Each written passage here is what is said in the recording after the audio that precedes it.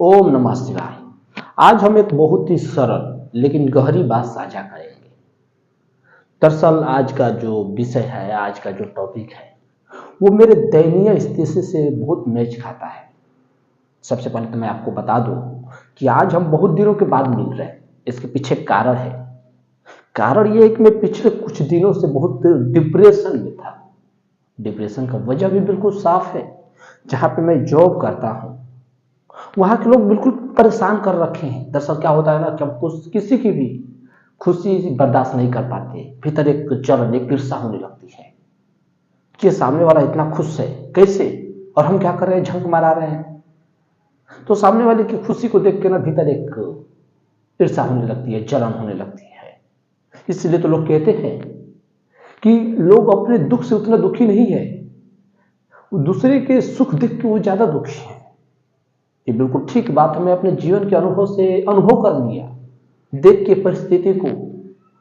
दरअसल बात क्या है, मैं जहां पे जॉब करता हूं, मैं जॉब किस चीज का करता हूं, मैं ज्वेलरी में जॉब करता हूं। आभूषण बनता है, जैसे कि स्त्रियां जो भी आभूषण पहनती है, गले का हार हो, पेंडेंट हो, बेंगल हो, ईयर रिंग हो, या फिर ईयरिंग हो, नोज पिन हो, तमाम प्रकार के जो भी आभूषण बनते हैं उस पर डायमंड की सेटिंग होती है।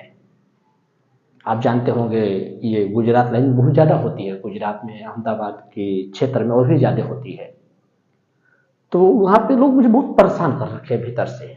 और मुझे लगता है कि आज का जो मैं वचन लेके आया हूं बुद्ध भगवान का, ये बहुत ही मैच करता है। इन वचनों को आप पढ़ेंगे तो कहेंगे कि वाह, वाकई इन वचनों में कुछ बात है, कुछ विशेष बात है। बुद्ध भगवान क्या कहते हैं? बुद्ध भगवान कह रहे हैं कि जीवन में दुख अनिवार्य है, दुख से हम बच नहीं सकते। दुख चार प्रकार के हैं। जन्म दुख है, मृत्यु दुख है, बीमारी दुख है, बुढ़ापा दुख है। चार प्रकार के दुख है। तो जीवन में दुख अनिवार्य है, हम बच ही नहीं सकते, ये आएगा ही आएगा। अब जन्म से कैसे बचेंगे, मृत्यु से कैसे बचेंगे, बुढ़ापे से कैसे बचेंगे, बीमारियों से कैसे बचेंगे? ये तो आएगी ही आएगी। लेकिन इन चारों के अलावा भी जीवन में तमाम प्रकार के दुख है। लोग आपकी खुशी देखना नहीं चाहते, न परेशान कर रखे, जैसे मुझे परेशान कर रखे, जीने नहीं दे रहे। और मैं डिप्रेशन में आ गया था। लेकिन जब मैं वचनों को पढ़ा, मैं कुछ दिन पहले बुद्ध भगवान का स्टडी कर रहा था, धम्मपद को पढ़ रहा था, त्रिपिटक को पढ़ रहा था, तो उसको पढ़ते पढ़ते पढ़ते पढ़ते मेरे भीतर एक अलग बदलाव आया, आंतरिक रूप से। और उन्हीं में मुझे एक वचन मिला। उसमें बुद्ध भगवान क्या कहते हैं? कहते हैं कि आप सोचते हैं कि जीवन से सारा दुख विसर्जित हो जाएगा तो मैं खुश हो जाऊंगा, प्रसन्न हो जाऊंगा। लेकिन ये आपका भ्रम है। जीवन से दुख विसर्जित होने के बाद हम प्रसन्न नहीं होंगे। जिस दिन हम प्रसन्न हो जाएंगे उस दिन ऑटोमेटिक सारा दुख विसर्जित हो जाएगा। ये बुद्ध भगवान के वचन है। और जब इन वचनों को मैं पढ़ा तो वाकई में अंदर से हिल गया कि वाकई इन वचनों में कुछ तो बात है। और मैं ऐसा ही करने लगा। ये 3 दिन पहले मैं वचन पढ़ा था। अब मैं पहले बहुत डिप्रेशन में आ गया था, कंपनी वालों की बातें सुन के। क्यूसी वाले हैं, वो तो अलग ही परेशान कर रखे। मैं क्या कहूँ, मेरी दयनीय स्थिति इतनी खराब चल रही ना, मैं पैसे की जरूरत है, जॉब छोड़ नहीं सकता। अभी यूट्यूब से उतनी इनकम नहीं कि मैं छोड़ दूं और बस इसी पे डिपेंडेंट हो जाऊं। नहीं, फाइनेंशियल सपोर्ट उतने नहीं है। और वहां पे चुप रहना कारण है। वहां का जो सुपरवाइजर है वो सबसे बड़ा, नहीं कह सकता, शब्दों की कुछ सीमा है, उसको पार नहीं कर सकते। क्योंकि सार्वजनिक रूप से लोग वीडियो देखते हैं, घर वाले भी देखते हैं। तो आप समझ पा रहे होंगे कि मैं क्या कहना चाहता हूं। उसके माइंड में जो सुपरवाइजर है अलग ही बात सेट है। वो जिस क्यूसी वालों का चुनाव किया है कि ये क्यूसी करेंगे 4 लोग, वो ये देख के नहीं किया है कि उनके भीतर कोई विशेष गुण है। नहीं, 2 कौड़ी का उन्हें कुछ नहीं आता। मैं इस लाइन में 6 साल से हूं और वो मुश्किल से 3 साल भी नहीं हुए, 2.5 साल। बात समय की नहीं है कि किसको कितना समय हुआ, अनुभव भी तो होनी चाहिए। मैं 100 से ज्यादा कंपनियों में घुमाऊं, और सिर्फ मैं ही क्यों, वहां पे जो और भी लोग हैं वो बहुत सारी कंपनियों में घूमे हैं, उन्हें अनुभव है। अब इसको ऐसे अंदाजा लगा लीजिए कि जो क्यूसी कर रहा उसको अगर उससे आप कुछ पूछने जा रहे हैं, कोई नया कारीगर है, अगर आके क्यूसी वाले से पूछ रहा, तो क्यूसी वाले अपने बगल वाले कारीगर से पूछ रहा, अब ये कैसा क्यूसी वाला है, कैसा सुपरवाइजर है, वो दूसरे से पूछ रहा। और जब पता है कि इसको कुछ नहीं पता, तो उसका चुनाव क्यों किए हैं आप? लेकिन नहीं, वो तो बस दिमाग में कुछ और सेट है, लेडीजों का चुनाव किया है। अब इससे आगे मैं क्या ही कहूं। तो मैं साफ सीधी बात बता देना चाहता हूं कि किसी भी कंपनी में सुपरवाइजर का चुनाव करते हुए थोड़ी सी इन बातों का ध्यान रखिए। आपको कंपनी में काम चाहिए या फिर सुपरवाइजर का मस्ती चाहिए? वो तो अपने फायदे के लिए चुनाव कर गया। मैनेजर साहब बहुत सुंदर है, बहुत अच्छे हैं व्यवहार के, उनको तो पता ही नहीं चल रहा है इन बातों का, लेकिन एक डर है। मैं सोच रहा हूं कि जाके बता दूं, लेकिन जिस दिन मैं बता दिया, सीधी सीधी बात, मैनेजर इतने सरल व्यक्ति हैं, कुछ सीधे जाकर सुपरवाइजर को बोलेंगे। अब बोलने के साथ ये भी बोलेंगे कि फलाना ने आके कंप्लेन किया, तो उस समय तो कुछ नहीं बोलेगा मैनेजर के सामने, तो गाय बन के हाँ हाँ हिला देगा। लेकिन ठीक अगले दिन से मुझे टारगेट कर देगा, हर पॉइंट को लेकर मुझे पकड़ेगा। अब क्यों? उसके दिमाग में मैं खटकेगा, बस मुझे निकालने की कोशिश करेगा। और बस मैं इसीलिए चुप हूं क्योंकि मुझे आर्थिक समस्या है, पैसे की तंगी है, मुझे चाहिए, इसीलिए तो जॉब कर रहा हूं। बोल दिया तो बस वो मुझे यहां से निकालने की कोशिश करेगा। इसलिए मैं चुप हूं कि जब तक पानी में रहना है तब तक मगरमच्छ से दुश्मनी अच्छी नहीं है। मगरमच्छ गलत तो कर ही रहा, हरामी तो है ही, लेकिन मजबूरी है, क्या कर सकते हैं। लेकिन वो मैं एकदम सीधे से बात कर देना चाहता हूं कि ये उस लायक है नहीं, लेकिन क्या कर सकते हैं, ताकत बंधी है, जुबान बंधा है, और वहां पे जो भी वो कह रहे हैं बस मैं हाँ मिला रहा हूं। मेरी गलती जीरो नहीं है, मेरी ही क्या, जो भी कारीगर है, 20 कारीगर पे 4 क्यूसी वाले हैं, 20 परेशान है चारों से, क्योंकि चारों को 2 कौड़ी का कुछ पता नहीं। अब परेशान कर रखे हैं कि कारीगर को। लेकिन क्या कहा जाए, जीवन में अनिवार्य है कि जो क्यूसी वाले हैं उनसे पीस चेक कराना पड़ेगा। अगर सही भी किया, अगर वो गलत कर दिया बस गलत ही हो गया। अगर क्यूसी वाला का कंप्लेन अगर आगे करेंगे तो उस समय तो आगे मान लेगा कि हाँ हाँ हाँ ठीक है ठीक है, लेकिन बाद में आपके पीसों पे वो टारगेट करेगा, क्योंकि आपका पीस घूम फिर के उसी के पास जाएगा। वो चारों में यूनिटी बन चुकी है। चारों के चारों मूर्ख, चारों के चारों मूर्ख, एक भी उसमें उचित नहीं है उसका भी, उस पोस्ट के लिए। लेकिन मजबूरियां तो इंसान को बहुत कुछ करा देती है। भीतर से घुटन हो रहा, खुद पे शर्म आ रहा, चुप्पी को लोग वहां पे सोच रहे हैं कि अरे इसको तो कुछ पता ही नहीं, कायरता समझ ले रहे हैं, मजबूरी समझ ले रहे हैं, क्या कहा जाए इसमें। लेकिन छोड़िए, खैर क्या कहना। तो मैं यही कहना चाहता हूं कि दुख तो बहुत प्रकार के, मैं जो सारी बातें बताया इसके पीछे का क्या कारण था, मैं ये बताना चाहता हूं कि मैं सही होते हुए भी गलत हूं।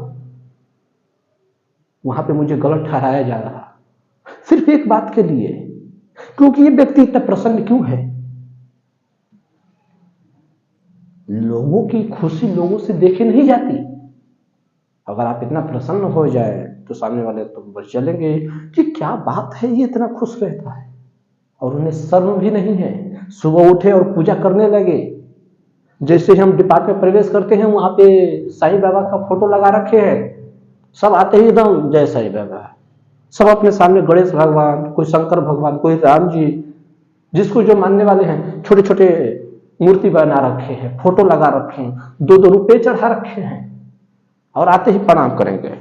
चारों कुर्सी वालों का भी सेम हाल है, सुपरवाइजर का भी सेम हाल है, लेकिन मन में लाखों कलछल भरा है। राम उससे खुश हो जाएंगे। इसीलिए मैं कहता हूं कि मंदिर जाने वाला व्यक्ति धार्मिक नहीं है, लेकिन जो अपने को पाता है कि उस संसार में कहीं भी है, वो मंदिर में ही है, वो व्यक्ति धार्मिक है, उसे मैं धार्मिक कहता हूं। ये मंदिर जाने वाले धार्मिक हैं। इसी के बारे में तो कबीर जी का एक वचन है कि मल मल धोए शरीर को, धोए ना मन का बैल, नहाए गंगा गोमती, रहे बैल के बैल। पवित्र स्थानों पे जाके नहा लिए, काशी चले गए, काबा चले गए, जो आवे जमजम का पानी पी लिए, गंगा का पानी पी लिए, चले गए संगम नहाने, और उससे आप सोचते हैं कि मोक्ष मिल जाएगी। उससे मोक्ष नहीं मिलेगी। थोड़ी तो शर्म करो। राम यही सिखाते हैं कि मुझे प्रणाम कर और दिन भर मन में कल छल लेके घूमता रह। नहीं नहीं, लेकिन इन मूर्खों को कौन समझाए। और दूसरी बात, हम जिस रूप में राम को मान रखे उस रूप में है भी नहीं ना कि वो आके समझा दे। वो आके समझा देते, राम के पास तो उतनी ताकत है कि वो आके 2 मिनट में हवा टाइट कर दें, अकल ठिकाने लगा दे। लेकिन जिस रूप में हम मान रखे उस रूप में है नहीं ना। हम शिव को तो मानते हैं, जब भी मैं शिव को कहता हूं तो लोग समझ लेते हैं कि कोई जटाधारी बैठा है, ये उसी के बारे में कह रहा। नहीं, मैं उस शिव के बारे में नहीं कह रहा है जैसे आप मान लिए हैं। शिव ऐसा नहीं है, कोई जटाधारी नहीं बैठा, कोई तीर धनुष लेकर नहीं बैठा, कोई मुरली वाला नहीं बैठा। बैठा होता तो कब के आ गया होता और हमारी समस्याएं हल कर देता, लेकिन है नहीं ना। अगर आप स्त्री हैं तो मैं सीधी सी बात कह देना चाहता हूं, आप रटते रहिए पूरा जीवन राम राम, रटते रहिए राधे राधे या कृष्ण कृष्ण शिव शिव। जिस दिन अगर आपके साथ बलात्कार होगा ना, उस दिन भी राम नहीं आएंगे। 3-3 साल के बच्चियों के साथ रेप हो जा रहा, आ रहे राम, आ रहे कृष्ण। आप तो कह रहे हैं कि परमात्मा हर उस दिल की सुनता है जो निर्दोष हो। 3 साल की बच्ची के भीतर कौन सा दोष था, लेकिन रेप हो गया, लेकिन आया नहीं परमात्मा। इसके पीछे कारण है, हम जिन रूपों में मान रखे हैं उन रूपों में नहीं है। शिव हमारे भीतर है, ये अस्तित्व शिव है। लेकिन लोगों को ये बात कैसे समझाई जाए। लोगों के अहंकार को तो चोट पहुंच जाती है। वो तो चाहते हैं कि मैं जिस राम को मानता हूं, मैं जिस अल्लाह को मानता हूं, मैं जिस मोहम्मद को मानता हूं, मैं जिस जीसस को मानता हूं, मैं जिस क्राइस्ट को मानता हूं, उन्हीं के बारे में आप आए और उन्हीं की व्याख्या करें, उन्हीं का वर्णन करें। अर्थात वो यही चाहते हैं कि हम जाएं और उनके अहंकार का पोषण करें। हम जाके कहें कि हमारे राम तो बहुत महान है, वो आएंगे तीर धनुष लेके, आप राम राम रटते रहिए, आप कृष्ण कृष्ण रटते रहिए। लेकिन वैसा है नहीं ना। अगर वैसे होते तो मेरे जे कहने में कोई समस्या नहीं थी। कबीर जी इसीलिए तो कहते गए कि पत्थर पूजन हरि मिले तो मैं पूजू पहाड़। क्यों? पत्थर पूजने से हरि नहीं मिल जाएंगे ना, पत्थर में होने भी तो चाहिए। तो इसका क्या अर्थ? क्या हमें पत्थर के सामने नहीं झुकना चाहिए? झुकना ही चाहिए। ये संपूर्ण अस्तित्व परमात्मा है, ये संपूर्ण अस्तित्व के सामने हमें झुकना चाहिए। कण कण में परमात्मा है, लेकिन उस रूप में नहीं जिस रूप में हम मान बैठे हैं। ये अस्तित्व परमात्मा है। ये बात जिस दिन आप समझ जाएंगे उस दिन ऑटोमेटिक आप खुश हो जाएंगे, प्रसन्न हो जाएंगे। मैं समझ गया, अब कोई अर्थ नहीं रहा दुखी होने का। मेरे भीतर एक प्यास थी, अन्वेषण था, खोज थी कि परमात्मा मिलेगा किसी दिन, मेरी समस्याएं हल कर देगा, सारी समस्या निपटा देगा। लेकिन ऐसा हुआ नहीं। अंत में मुझे ये सारी बातें व्यर्थ दिखी कि मैं जितना ही परमात्मा को पाने की कोशिश किया, जितना ही देखने की कोशिश, उतना ही मैं नास्तिक होता गया। फिर मुझे समझ आई कि ना नास्तिक होने में फायदा है, ना आस्तिक होने में फायदा। तो है कि इस अस्तित्व को स्वीकार कर लिया जाए कि संपूर्ण अस्तित्व परमात्मा है, और बस मैं स्वीकार कर गया और बस मैं प्रसन्न हूं। अब मैं दुख से भी राजी हूं। लोग मुझे दुख दे रहे हैं, मैं उससे भी राजी हूं। लोग मेरे सही पे भी गलत उंगली उठा रहे हैं कि तू गलत है, मैं स्वीकार कर ले रहा हूं। मुझे जरा बताएं, जो व्यक्ति हार से भी राजी हो जाए फिर आप उसे कैसे हराएंगे? जो कह दे कि मुझे जीत चाहिए ही नहीं, मैं बस खुश हूं, हार मिले बस मुझे चाहिए, कोई बात नहीं, जो मेरे किस्मत में आ जाए, जो मेरे हिस्से में आ जाए, जो मेरे पक्ष में आ जाए, मैं उससे राजी हूं, फिर आप उसे कैसे हराएंगे? अब कोई उपाय नहीं रहा। और बस यही बात मेरे से लोगों को उखल रही कि हम इसे इतना सता रहे हैं, इतना दुख दे रहे हैं, फिर भी ये शांत क्यों है, ये बोल क्यों नहीं रहा? कुछ क्योंकि मुझे व्यर्थता दिख गई कि बोलने का कोई सार नहीं रहा। मैं बोलूंगा अपने पक्ष में कि मैं सही हूं, और तुम्हें दिख रहा कि मैं सही हूं, बोलने की कोई जरूरत नहीं। तुम्हें 100% दिख रहा कि फलाना सही है, लेकिन तुम अपने में चालबाजी कर रखे हो, राजनीति कर रखे हो, शिवम को गिराने के लिए, हराने के लिए। तो मैं इसलिए खुश हूं कि मैं सही हूं। मुझे पता है यहां पे तुम राजनीति कर पा रहे हो, हर जगह पे राजनीति ना कर पाओगे। आज मुझे आर्थिक तंगी है, मैं पैसे के लिए रुका हूं कंपनी में, तुम यहाँ पे राजनीति करने लगे, क्षुद्र बातों में पड़ गए। आ गया ड्यूटी करने के बाद, अब तुम्हारी हैसियत मेरे सामने 2 कौड़ी की हो गई। अब मेरे सामने तू 1 मिनट नहीं ठहर सकते। लेकिन मेरे कंपनी वालों को ये बातें कौन समझाए। मेरे जो मैनेजर है बहुत बेहतरीन व्यक्ति है, वो समझते हैं। वो तो ये भी कहते हैं कि हमारे मान लीजिए 10 बेटे हैं, अगर उसमें से एक नालायक निकल गया, थोड़ा कमजोर निकल गया, तो क्या करेंगे, उसको घर से भगा देंगे? नहीं, तो कमजोर कमजोर कारीगर को भी रखे हैं। लेकिन उन्हें पता तो होना चाहिए कि हमारे डिपार्टमेंट चल क्या रहा, हमारे विभाग में चल क्या रहा, वहां तक ले कौन जाए। मैं जब भी कारीगरों से बात कर रहा हूं तो सब एक ही बात कर रहे हैं कि चारों दुखी कर रखे क्यूसी वाले। इन चारों क्यूसी वाले के ऊपर पता है किसका सपोर्ट है? सुपरवाइजर का। सुपरवाइजर क्यों सपोर्ट कर रहा? क्योंकि उसे फायदा है। शब्दों की सीमा है, जिस्म का फायदा है और कोई फायदा नहीं है। वो डिपार्ट के अंदर आकर लड़कियों को छेड़ दे रहा, ऐसी ऐसी जगह टच कर दे रहा, और वो हंस रहे हैं। शर्म भी नहीं है। जिस्म का व्यापार चल रहा और सर के पास बातें पहुंच नहीं रही, क्योंकि हमें भी पता है अब पहुंचा तो 2 मिनट में दे, जाके गुप्त रूप से बातें कह दे। लेकिन वो जाके घूम फिर के फिर उस सुपरवाइजर से बोल देंगे कि तेरा कंप्लेन आया था कारीगरों की तरफ से, तो फिर वो चारों क्यूसी वालों को छोड़ देगा। क्योंकि चारों क्यूसी वाले वो तो पहले से मिले हैं, वो जान गए कि इन्हीं में से किसी ने किया होगा। अगर ना भी मैनेजर साहब नाम ले तो भी उसे पता चल जाएगा और वो सारे कारीगर को टारगेट करेगा, रिप्लेस कर देगा। उसके हाथ में सत्ता है, सत्ता गलत हाथ में है। सवाल यहाँ पे ये है, बस यही कारण है कि मैं चुप हूं, और मैं सही होते हुए भी चुप हूं। जहां पे मेरी गलती नहीं है वहां पे भी चुप हूं। कर भी क्या सकते हैं, पैसे की जरूरत है और चुप रहने को सब कायरता समझ रहे हैं कि जो सारे कारीगर ये कायर है। औकात तो मैं उनके 2 मिनट में उनको दिखा देता कि तुम्हारी औकात क्या है स्वयं के सामने। लेकिन क्या करें, मजबूरियों के हाथ बिक गए मेरे जज्बात। क्या कर सकते हैं भाई। बस यही बात एक जीवन की सार पकड़ में आ गई कि दुख जाने वाला है नहीं, बस हम प्रसन्न हो जाए, खुश हो जाए। यही बात बुद्ध भगवान कह रहे हैं कि सब दुख दूर होने के बाद लोग सोचते हैं कि मन प्रसन्न होगा। ये बिल्कुल गलत है, ये हमारा भ्रम है। हम खुश हो जाए, हम प्रसन्न हो जाए, दुख ऑटोमेटिक विसर्जित हो जाएगा।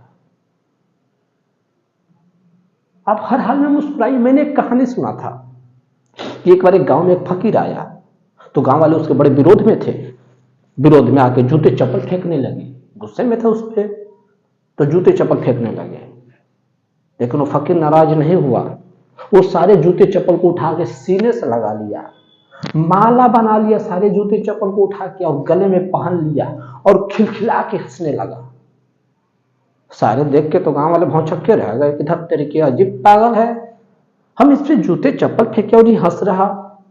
तो सारे भीड़ से एक युवक निकल के उस फकीर के पास आया और बोला कि फकीर बाबा अब तो सच में पागल हो। लोग आप पे जूते चप्पल फेंक रहे हैं, गालियां दे रहे हैं, और आप हो कि खिलखिला के हंस रहे हैं। क्या सार इन सब बातों का? उसने कहा कि तुम समझे नहीं, मैं कल रात ही परमात्मा से एक जोड़ी जूते मांग के आया था और इतने सारे दिलवा देगा सुबह, मुझे पता भी नहीं था और यकीन भी नहीं था कि वो सुनेगा, क्योंकि कभी कभी तो वो मेरी बातें सुनता है, पक्का था ही नहीं कि वो सुनेगा, और इतने सारी दिलवा देगा। ये देख के मैं खुश हूं। और रही बात लोगों की गालियां देने की, तो जिसके पास जो होगा वो वही तो देगा। जिसके पास गीत होगी वो गीत देगा, जिसके पास गालियां होगी वो गालियां देगा। इससे लोगों पे क्या नाराज होना, इतना ही समझना उनके पास जो था वो तुम्हें दे दिए। ये जूते चप्पल फेंक रहे हैं, मैं खुश हूं कि कसम दिए तो जूते चप्पल। कुछ गांव ऐसे हैं जहां पे लोग कुछ भी नहीं लाते, ऐसा लगता है कि उनके पास तो कुछ भी है ही नहीं। वो आदमी तो सुन बहुत चक्कर रह गया फकीर की बातों में कुछ सार था, कुछ अर्थ था। यही मैं कहना चाहता हूं, यही बात मुझे समझ आ गई, जीवन में रास आ गई कि जिसके पास जो होगा वो वही देगा। हमारे सुपरवाइजर के पास गंदी निगाह है, वो स्त्रियों को वही दे रहा। स्त्रियों के पास जिस्म है, जिस्म देख के वो अपना काम निकलवा रहे हैं। काम दोनों का चल रहा, हम बीच में फंसे हैं। दो पाटन के बीच में साबुत बचाना कोई, दोनों मिल गए, हम बीच में दाल की भांति पिसे जा रहे, पिसे जा रहे, पिसे जा रहे।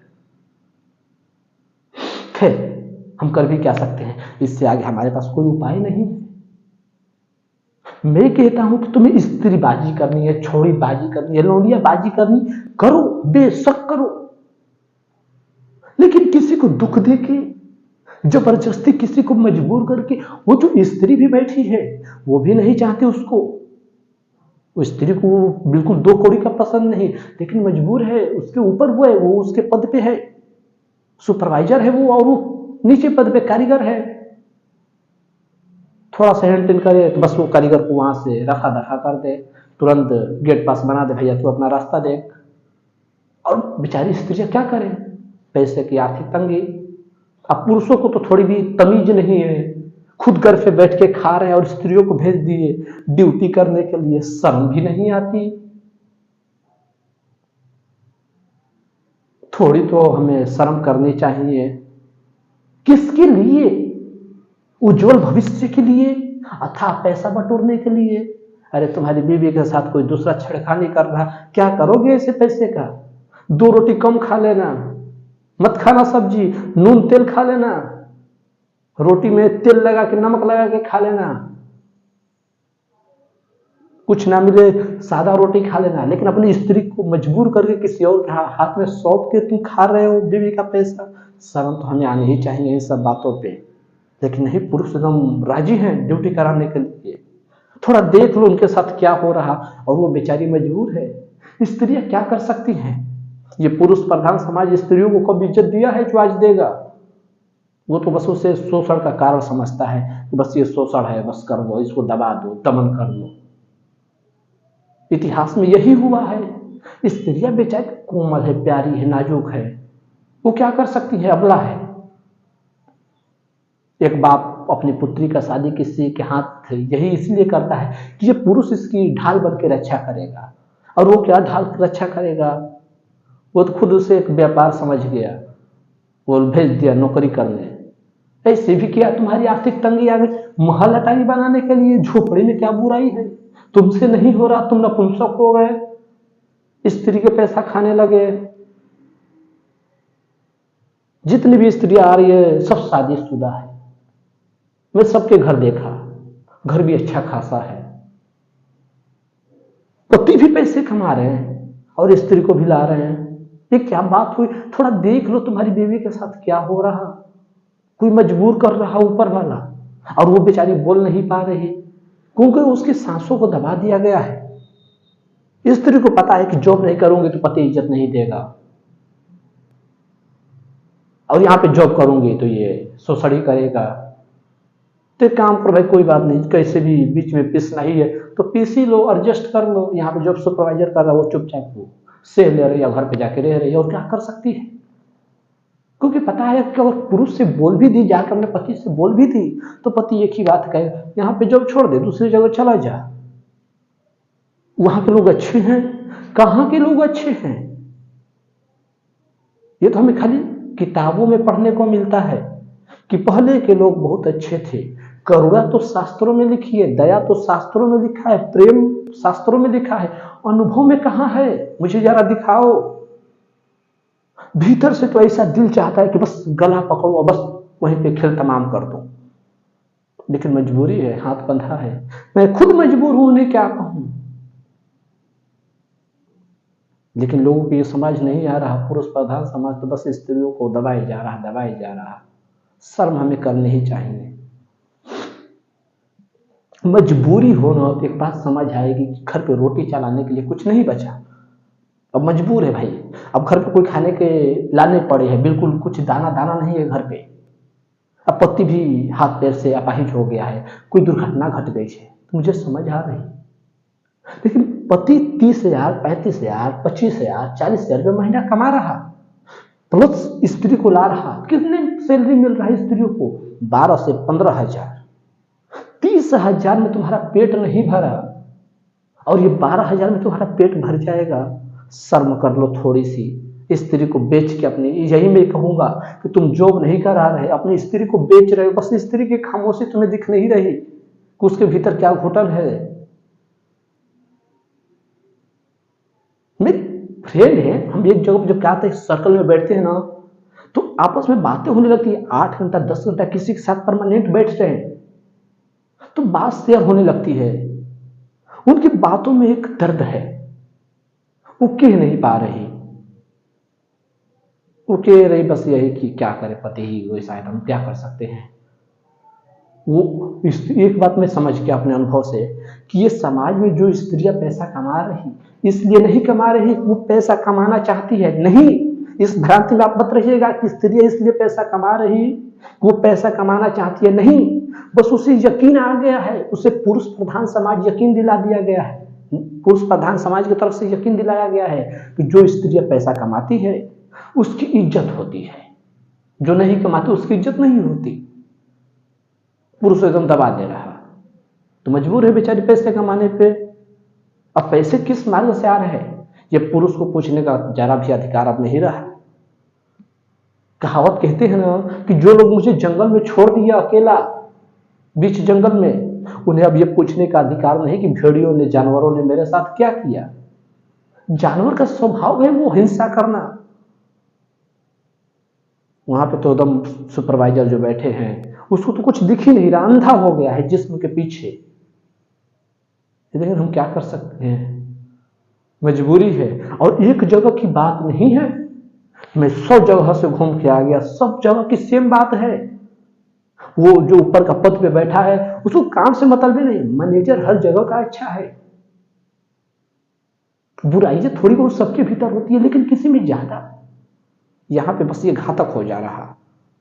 मैनेजर हर जगह के अच्छे हैं, मैं सबको देख लिया, और मैं जो बात कह रहा हूं हवा में तीर नहीं मार रहा, अनुभव से कह रहा हूं। 100 जगहों पे घूम के आया हूं तो मैं ये बातें बोल रहा हूं। अब कोई मुझे आके ज्ञान मत दे देना कि हर जगह इससे नहीं होते। 99% जगहों पे होते हैं, 1% जहां वो नहीं होता होगा, मैं मानता हूं 1% कंपनी में ऐसा सुपरवाइजर होगा जो राम बना होगा, लेकिन उस 1% की गिनती भी की जाएगी नहीं। वो अपवाद 99 जगह पे आपको पीटा जा रहा, शोषण किया जा रहा, नष्ट किया जा रहा, दबाया जा रहा, और एक जगह पे कहीं पे हो गया तो उसको कह रहे कि समाज ऐसा नहीं है तो कैसा है। 1% की गिनती की जाएगी और 99% की गिनती नहीं की जाएगी। तुम 1% के आगे ज्ञान दे दोगे। मैं जो भी कहता हूं, जो जॉब करने वाले हो, मेरे वीडियो देखते हो तो मुझे जरा बताएं, उनके ऊपर का जो प्रमुख है क्या वो काबिल है, क्या वो उसका जो नजर है, निगाह है स्टूडियो पे गंदा नहीं है, वो अपना फायदा नहीं चाहता सिर्फ, काम से तो उसको कुछ लेना देना नहीं। वहां पे पुराने पुराने कारीगर है, अच्छे अच्छे कारीगर है, लेकिन उनको नहीं बनाया क्योंकि वो जिस्म नहीं देंगे ना। पुरुष हैं, स्त्रियां भी अच्छी हैं कुछ, वो जो बिल्कुल नकार दी है, तुम दबा लोगे तो दबा लो, 4 बातें सुनाओगे तो सुनाओ, कोई फर्क नहीं पड़ता। लेकिन उसमें कुछ चाटुकारिता करने वाली भी है कि थोड़ा सा हिंट मिल गया, सपोर्ट मिल गया तो पैसा अधिक मिल गया, सबको 10 मिल रहा उसको 12 मिल गया, बस वो खुश हो गई। कोई 12 पे नहीं खुश हो रही तो उस पर दबाव बना रहा कि तू अच्छी नहीं है, पॉइंट खोज रहा उसको बोलने के लिए दिन में 73 बार। वो भीतर से घुट रही, अपनी इज्जत तो बचा ली है, पुरुष की इज्जत तो बचा रखी है, लेकिन खुद को तोड़ दे रही है अंदर से। लेकिन पुरुष को ये बात तो दिख ही नहीं रहा बिल्कुल भी, वो भेजे जा रहा कि महल अटारी के ख्वाब में वो जितना कमा रहा उतने में उसका परिवार सुखी सुखी चले, उसकी पत्नी खुश रहे, वो भी खुश रहे। लेकिन नहीं, उसका ख्वाब है महल बनाएगा, 4 व्हीलर खरीदेगा। शर्म कर ले, वो स्त्री के व्यापार करके वो जो तेरा कार खरीदा है ना, खरीद रहा स्त्री के पैसे पे। इतनी भी क्या दिन गिर गए, स्त्रियों का व्यापार कर दिया, कंपनी में भेज दिया। दिन खराब हो तो मैं समझता हूं कि मजबूरी है, लेकिन शौक में पुरुष कमा रहा कि फैमिली अच्छे से चला सकता। जब तू नहीं चला सकता, तुझे लगता है कि तू नपुंसक हो चुका है, तू एक बीबी का, अपनी बीबी की खर्चे नहीं उठा सकता, तो तू शादी क्यों किया? थोड़ी भी शर्म नहीं आई? तेरी बहन के साथ ऐसा हो। मैं चाहता हूं जो पुरुष ऐसा कर रहा है ना, उसकी बहन के साथ ऐसा ही हो। लेकिन ये भी नहीं कहा जा सकता कि वो उसकी बहन के साथ भी होगा तो वो भी तो एक स्त्री है। फिर तो नजरों के सामने किसी स्त्री के साथ वैसा होगा तो फिर दिल में एक मचलन उठ जाएगी कि फिर यहाँ पे एक स्त्री को दबाया जा रहा। लेकिन उसकी हरकत देख के जुबान से ऐसी बातें निकल जाती है, क्या किया जाए। तो मैं हाथ जोड़ता हूं आप लोगों से कि 2 पैसा कम कमाइए, लेकिन बीवी को घर पे रखिए। आप पर्याप्त नहीं है फैमिली चलाने के लिए? क्या आप अपनी एक बीवी का खर्चा नहीं उठा सकते? एक बात मैं बता देना चाहता हूं कि भविष्य में जिस दिन मैं सफल हुआ, जिस दिन उस काबिल हो गया, मैं एक भी स्त्रियों को जॉब नहीं करने दूंगा। जो स्त्रियां जॉब करती है मैं उनको घर बैठा के पैसे दूंगा, 10,000 रुपये महीने चाहिए मैं दूंगा। लेकिन अफसोस उतना हो पाया कि नहीं हो पाया, कितनों को दे पाऊंगा? हर पुरुष को समझना चाहिए, अंबानी तो हो नहीं जाऊंगा, हो जाऊंगा तो जरूर कर पाऊंगा, जरूर ऐसा ही करूंगा। जिस दिन मैं लीडर पद पे बैठूंगा, अगर एक एक को नहीं छान दिया पुरुष को, तो कहना कि क्या एक समाज में था पुरुष। ऐसे पुरुष गंदा नजर लेके बना रखे प्रमुख। चुनाव तो जरा सोच समझ के कर लीजिए सुपरवाइजरों का। खैर, तो आप उम्मीद करता हूं कि आप समझ गए होंगे कि मैं जो कहना चाहता हूं कि दुख अनिवार्य है, दुख से हम बच नहीं सकते। दुख तो आता ही रहेगा किसी न किसी कारण से, हमें बस खुश रहना है। मैंने एक कहानी सुना था कि एक बार एक तिब्बती लामा के पास एक आदमी पहुंचा और जाकर उससे पूछा कि बाबा, आप हर वक्त इतना खुश रहते हैं, जबकि आपके पास न रहने को घर है, न खाने को शुद्ध भोजन, न पहनने को शरीर पे ढंग के वस्त्र हैं, फिर भी आप हर वक्त इतने खुश कैसे रहते हैं? मुझे इसका राज बताइए, क्या रहस्य है आपके खुश रहने का? उसने कहा कि रहस्य बिल्कुल साफ है। मैं जब 10 साल का था तो मुझे माँ की बहुत जरूरत थी, लेकिन मेरी माँ चल बसी। ये नियति है, सबको आज नहीं तो कल जाना है, जो आया है वो जाएगा, कोई नहीं बचने वाला। तो माँ चल बसी। फिर थोड़ा बड़ा हुआ तो घर वाले लात मार के निकाल दिए कि अब तू किसी काम का नहीं रहा, ना तेरा बाप रहा ना माँ रहा, तू क्या करेगा, बैठ के फालतू में खा रहा। तो 15-16 साल की उम्र में घर वाले लात मार के निकाल दिए। थोड़ा बड़ा हुआ और 20 साल का, तो जो दोस्त यार थे पैसे के अभाव वो भी मुझे छोड़ के चले गए। तब मुझे जीवन में एक सार समझ आई कि इस जीवन में कुछ भी अपनी मन मुताबिक नहीं होता, और जीवन में किसी काम में अपनी मर्जी चलती ही नहीं। तो फिर मैं चिंता किस बात का करूं, और बस मैं खुश हूं। देख लो, आज ना रहने को घर है, ना भोजन, ना वस्त्र है ढंग के, लेकिन मैं खुश हूं, अब मुझे कुछ चाहिए ही नहीं। और बस यही जीवन है। दुख रहेगा, बस आप प्रसन्न रहने का कोशिश कीजिए।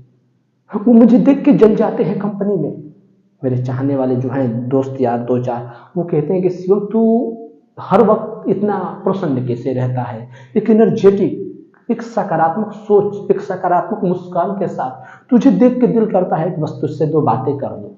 लेकिन और जो आते हैं वो पहले ही गुरु गंभीर होकर आते हैं। ऐसा लगता है कि बस क्या उनसे मातम उनके जीवन में घट गई है, जबकि वो मातम हमारे जीवन में भी घट रही। हम भी परेशान उतने ही हैं, उससे कहीं ज्यादा हैं, लेकिन फिर भी वो तो एकदम गुरु गंभीर होकर बैठे हैं। हम खुद गुरु गंभीर हो जा रहे हैं, लेकिन तू हर वक्त इतना एनर्जेटिक कैसे है? क्योंकि अब मैं उनसे एक ही बात कहता हूं कि मैं समझ गया हूं कि अब कोई अर्थ नहीं रहा, कोई सार नहीं रहा दुखी होने का। बस खुश हो गया। कारण, खुश होने का कारण तो बहुत महंगा है। खुश होने का कारण मत वो ढूंढिए आप, नहीं तो सारा जीवन खुश होने का कारण ही ढूंढेंगे, आप खुश नहीं होंगे कभी। बस आप खुश हो जाइए। मैं बस सुबह उठता हूँ, बाइक उठाता हूँ, बस एक चेहरे पे मुस्कान, नहाया धोया नाश्ता किया, बस एक चेहरे पे मुस्कान, काम पे बैठा वो 2 बातें बोल दिया हूँ। मैं जानता हूँ मैं सही हूँ, मैं वो गलत मुझे बोल रहा, पॉइंट ढूंढ के ये इतना खुश कैसे है, बस वो बोल दिया हाँ ठीक है, फिर हंस दिया थोड़ा सा, बस इतना सही उसको जल जा रहा। और ये मैं समझ गया हूँ रामबाण। और मैं जहां पे नहीं हंसी आती है मुझे, वहां पे भी हंसता हूं उसके सामने। वो देख ले तो बस मैं मुस्कुरा दूंगा, मैं मुस्कुराता ही रहूंगा।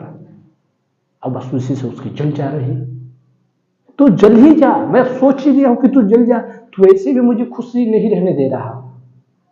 तो तू जल जा भाई।